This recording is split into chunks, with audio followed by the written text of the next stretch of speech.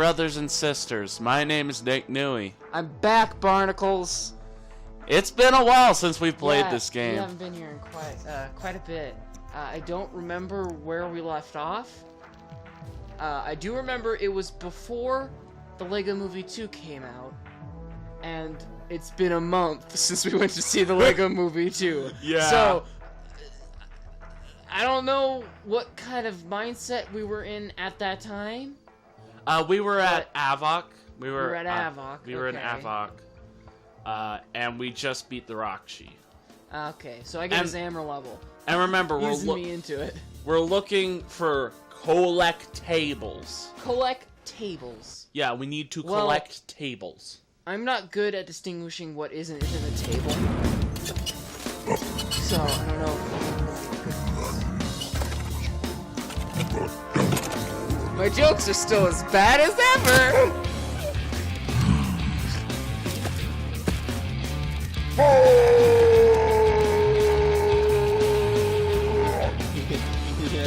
What? Okay, Jacob, we need to make it a rule you can't talk during cutscenes. I know that they can hear you, but guess what? I can't. And I need to determine... I need to know what you're saying.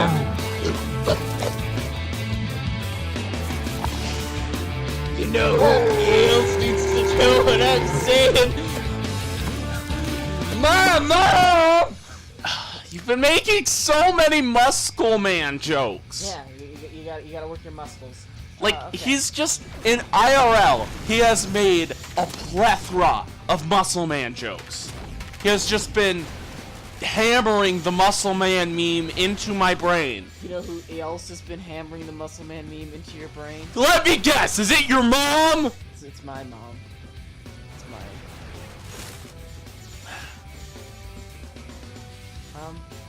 Do I have Poopy? I don't have Poopy. Oh, this is just trigger, okay. Hello? Hello? I'm gonna take this and I'm gonna get out of there. Sneaky, sneaky. Metal Gear Solid. Hang on, I might need to turn down the game audio on the mic right quick. There we go. The game audio's down a bit, but I think so they can did you still... catch my joke about tables?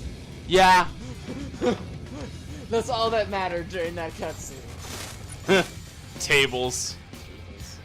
Yeah. I still don't think you should talk during the cutscenes, though, because it's just like, when you do, I need to watch through the entire video. Just because I need to know what you're saying before I just go ahead and post it on the internet. There's a Vazon thing there. Yeah, I see it. So, we have several things we can talk about. We could discuss the Lego Movie 2. We could discuss the Lego Movie 2 video game, because we've been playing that recently. Or we could just kind of discuss some of my, like, generic Lego plans and ideas. You can't tell, I like Lego. Yeah. I mean, surprise, surprise. We're playing a Lego first-person shooter from 2006. And have way too much knowledge in the lore of it. But that's okay. He has way too much knowledge in the lore of it. I just Lego know that Matt Toro died. Spoilers. Well, I mean, if you never played this game, you know who was the most likely to die. Oh. That's sad. Because they couldn't see me. I'm that cringy. You IRL dabbed. Yes. Okay. So, what were we talking about first? Let's just talk about the Lego Movie first. Okay. So, Lego Movie 2. Pretty good.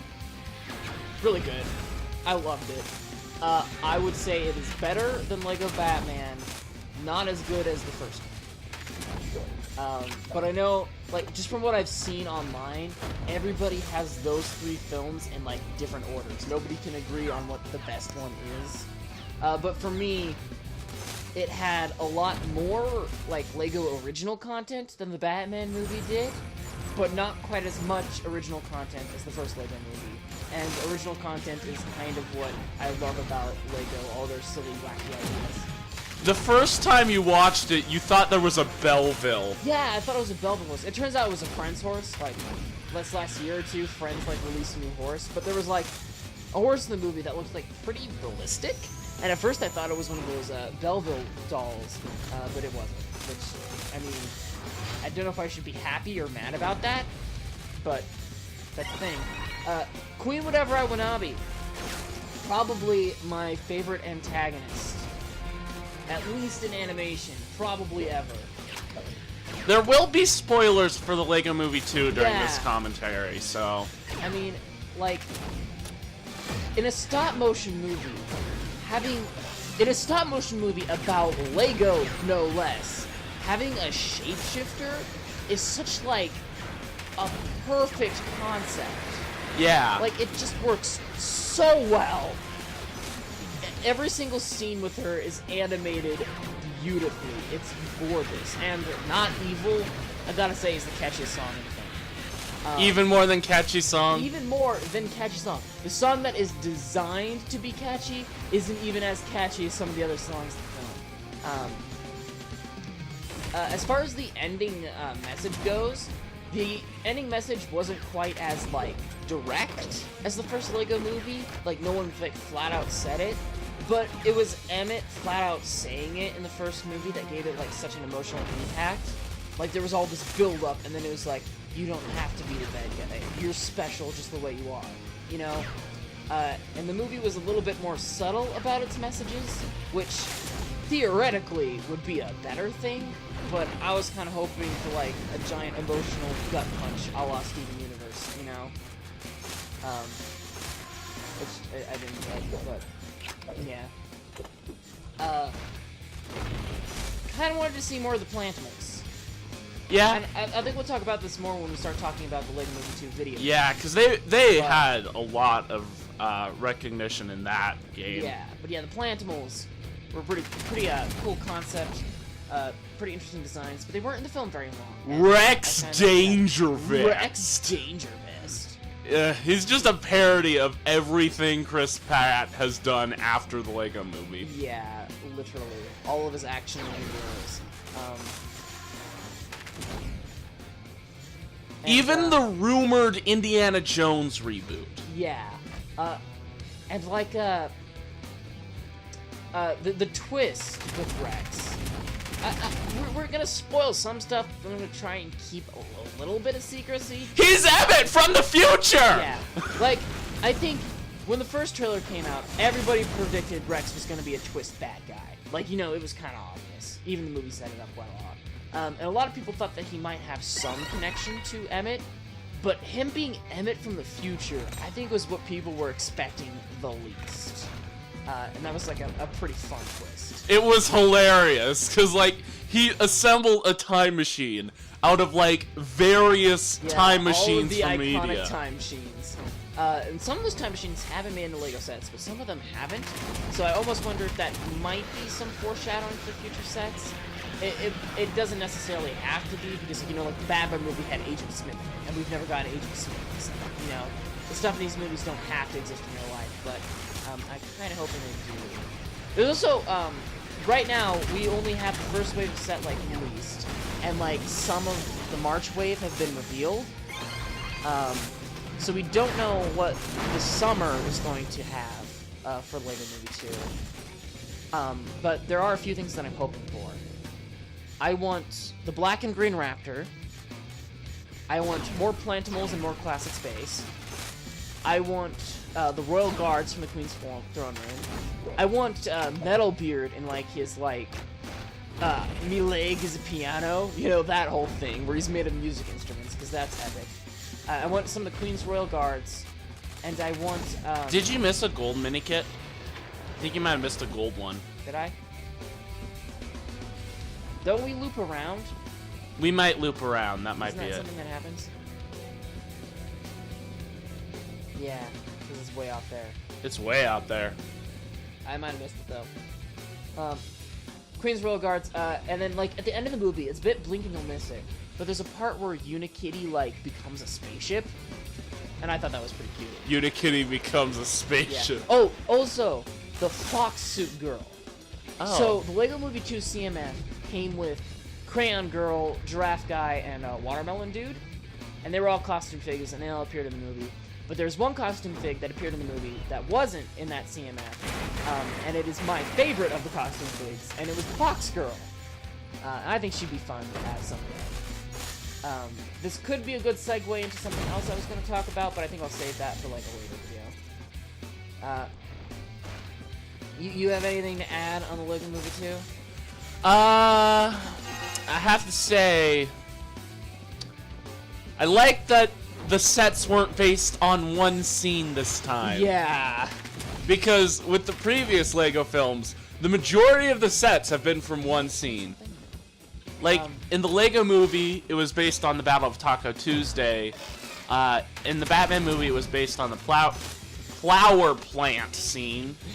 And then in Ninjago, it was based on, like, that, it was mostly their mechs from, like, the first... Which were all destroyed by something I'm not going to spoil, but was hilarious. Yeah. Yeah, the Lego movies have not exactly had, like, a good, like, what can I say? Distribution of the models. They usually just cluster them all into one thing, and it's, like, all blink and you'll miss it. And there's, like, a lot of people that, like, go, oh, was this even in the movie? You know? Yeah. And so it's nice that they actually spread things out. That being said, though, there is still a lot of stuff that they could be making sets out of, and they haven't. And I'm looking forward to see what comes in the next wave. Because a lot of the stuff I imagine they cut because it would be very spoilery. They had the Batmobile on top of a massive drill. That wasn't in the film. That wasn't in the film. I'm saying it was a concept art. Yeah. Or a concept model or something that they did not use in the film. They also had a concept model for, like, more colors and shapes of plantimals. Like, there were a bunch of shapes in the movie, but they were all the same color scheme. But, like, in the concept art and video game, they actually came in, like, a bunch of different colors, and I kind of prefer that. They also had a concept model for a post-apocalyptic vehicle driven by Benny. Yeah. And I thought that was really cool. And I am... especially because it came with a green classic spaceman with the new helmet piece that looks like the old helmet piece, you know? I really wanted to see that, like, actually be released. I'm a classic spaceman. You know, they released Benny's Space Squad. Do you think they should release Denny's Space Squad? Yeah. I think we're, like, kind of moving into video game territory a little bit here, but... There was a red spaceman in the Lego Movie 2 video game named Denny. And, there are so many more, like, classic space colors that, have not been remade. Like the Benny Space Squad set, which was one of the, best sets from the film. It's great. And also in the video game, there were recolors of the little spaceship from that set and the buggy. So I was thinking they could make Denny's Space Squad. Yeah, and it'd be like the same set, but a color swap. Yeah, like just a color swap. And then like Denny could have like an angry face, like an evil face, you know? With, I don't know about that. Eyebrows and a smile. Yeah. Instead of Benny with his like massively wide smile. Yeah, because, like, Benny's Space Squad came with a white classic spaceman, a yellow one, a pink one, and technically a blue one, but it had a cracked helmet because it was Benny. So, the red classic spaceman appeared in the video game, but hasn't appeared in any sets with that new helmet. The green classic spaceman was in the concept art with that new helmet. And the black classic spaceman, I don't think really appeared at all. So there are 3 colors we still technically need to get in that style. And it would be nice to get, like, an undamaged Benny, so we have, like, a generic blue classic spaceman. So they could definitely do some more classic space sets.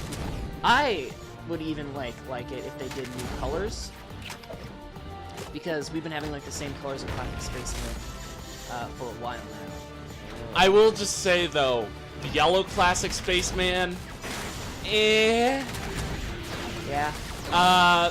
you know, clothing that's the same color as your skin is A little weird. not the greatest thing to have. Bit of an odd I think it's worse with the NBA for year 2 of whatever. Was it called NBA? NBA, Master Builders Academy? Oh, yeah. The yellow guy from that. Yeah. is worse.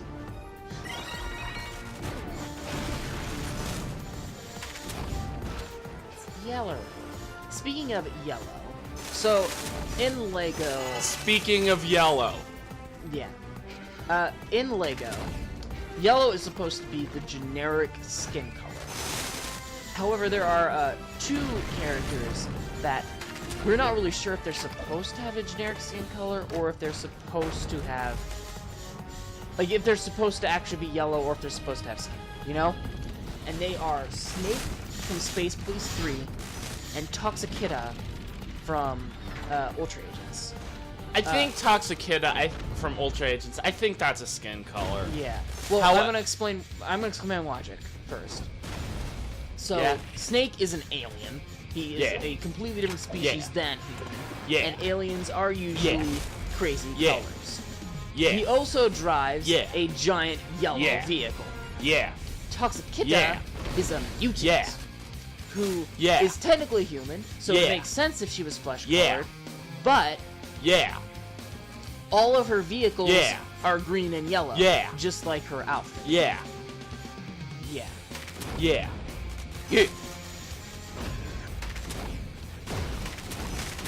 I'm actually using Matoro to destroy stuff. I'm that bad at this game now. I'm rusty. Oh, actually, do we still have to get the achievement for Matt Toro? Does it kill a certain number of characters as him? Oh, probably. Yeah, we need to look at the achievements we still need to get. We probably do. We probably need to kill more enemies as Matoro. Matoro! That's what Jala said when Matoro was about to die. Matt Toro! I'll take it from here. Take it from here. Alright, I'm killing bad guys as Matoro. I don't know if I need to do this though. I don't think you do. I think you're just doing it for because. Doing it for the lulz, except it's not that funny. Did you miss a silver kit? I think you might have missed a silver kit, dude. I think you might. I don't know if I did. Did you not? I'm trying to get as much as I can. I'm kind of a bit burnt out today though, so can you not put the mic on my face? Like, can you like yell so that people can hear you then? I don't know, okay? Yeah. Do you want me? Yeah, I want you to yell so that because otherwise people are not going to be able to hear you. At least I can't. You know who else isn't going to be able to hear me? Is it your mom? Is it mom? Is it by chance your mom? Yes, it's my mom. Yeah. Oh, okay. There's still more to this level. There's a lot more to this level. Yeah. We're like nowhere near the end. Because you have to go like through the whole underbelly and jump. We have to go to the underbelly. The underbelly.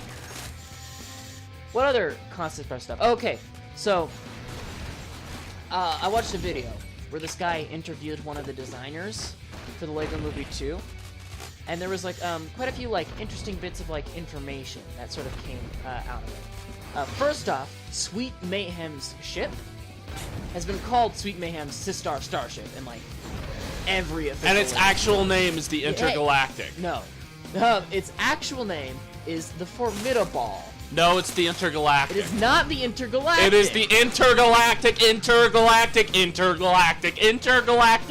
You're cringy as all bacon. What? You're cringy as all bacon. I said you're cringy as all bacon! That doesn't even make any sense. You know who else doesn't make any sense? Your mom! You betcha! Okay, what else? Oh, so, Chocolate Bar, the character Chocolate Bar, who is a chocolate bar, was apparently actually just a desk toy. One of the, like, designers that LEGO built to, like, keep themselves entertained, way before they even started working on the movie. But then, like, partway through the film, they kind of looked at it and they're like, oh, this is super cute. Why don't we make this into a character? And so they made it into a character. So, like, technically, Chocolate Bar is the first thing designed for the LEGO Movie 2. It's kind of like how Temmie from Undertale was like, that was made way before the game. Yeah. It's something like that. Yeah, it was just kind of like just a concept this person had that they weren't really using it for anything, so they decided, hey, let's just throw it in there. Let's just whack it in.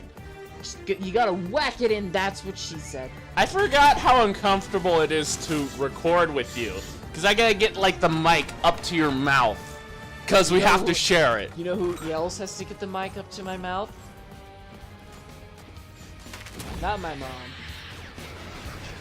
She doesn't do anything with microphones. What?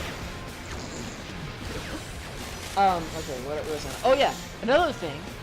So, you know Rex Dangerous? I don't know if you caught it in the movie because it's a bit blink and you miss it, but in the sets, he's got like a cola, like branded after him, that he drinks. And it turns out, the prop designers actually made, like, physical Rex colas. Like, I don't know if there's drinks in them, but they have, like, actual, like, real-life cans of Rex Cola, not Lego. Oh. And that's kind of wild. I can't really think of a time that a company's done that before. They need to sell those. Yeah, as like a new product. Well, you know, I can't think of times someone's done that before as like a promotion to sell, but as like a prop for designing the movie, that is definitely a bit weird. No, they just need to like make a Rex Cola. I kind of wonder if maybe there was like gonna be like a part in the live action sequence where like they opened the fridge and there was like, oh, Rex Stream Energy Drink, and like that's what Finn based Rex off of. Maybe, could be, possibly, perhaps, maybe. By the way, the level's over now. Is it? Yeah. It's not over until the fat lady sings. I'm the fat lady.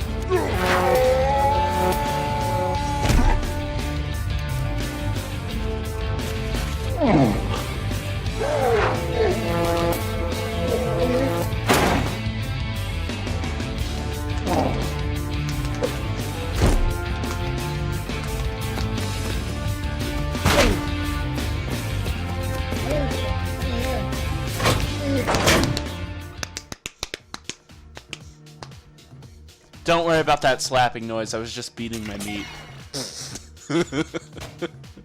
Sure you were. Sure you were. Okay, let's see if I missed anything, because I might have missed something, and if I missed something, we'd have to go back and get something. And if we have to go back to get something, we have to make a whole other episode. Which... don't know what to do? Question mark? I think we got everything. Pretty sure we got everything. What are you doing? I'm dancing to the music. I can't hear the music. It's coming, like, through your headphones mostly. Oh, is it? Yeah. Oh. Do we need to turn the TV audio No! off? Well, okay then. We got everything! I did it! I'm not a failure. Well... Are you sure about that? Well, yeah. I'm not that much of a failure. Sure about that? You know who else is sure about that? Whom? I am. It's me. Hello. It's me.